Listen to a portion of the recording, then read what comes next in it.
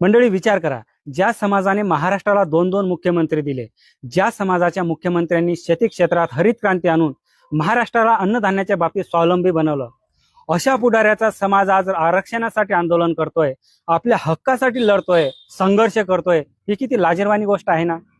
ज्या समाजाचा संबंध सिंधू संस्कृतीशी जोडला जातो, जो समाज एकेकाळी गर्भ श्रीमंत, व्यापार करणारा, प्रवासी, योद्धा आणि सांस्कृतिक दूत अशी ओळख असलेला हा समाज, श्री संत सेवालाल महाराज यांच्या मार्गावर चालणार, ना कधी कुणाच्या लेण्यात ना कधी कुणाच्या देण्यात आपलं काबाड काष्ट करून उपजीविका भागवणारा हा समाज आज आपल्या हक्कासाठी रस्त्यावर उतरलाय। कारण काय, तर या समाजाला हैदराबाद गॅजेटच्या नोंदीनुसार एसटी प्रवर्गात सामील करून घ्यावे। मंडळी आता तुम्ही सांगा, जर मराठा समाजाला हैदराबाद गॅजेटच्या नोंदीनुसार आरक्षण मिळू शकते, तर बंजारा समाजाला का नाही? निजामशाहीकालीन हैदराबाद राजपत्रकामध्ये बंजारा समाजाचा सुद्धा एसटी म्हणून नोंद आहे।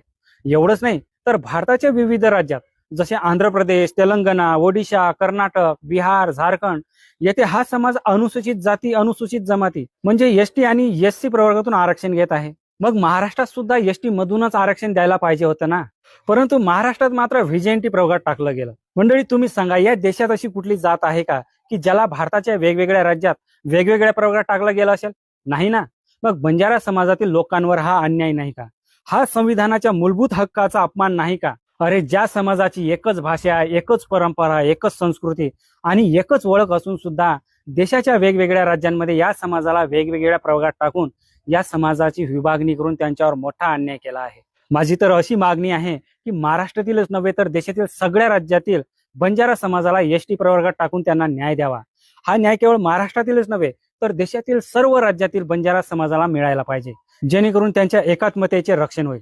मंडळी, यावर तुमच्या काही प्रतिक्रिया असेल तर नक्की कमेंटमध्ये लिहा आणि व्हिडिओला आपल्या मित्रांमध्ये जरूर शेअर करा।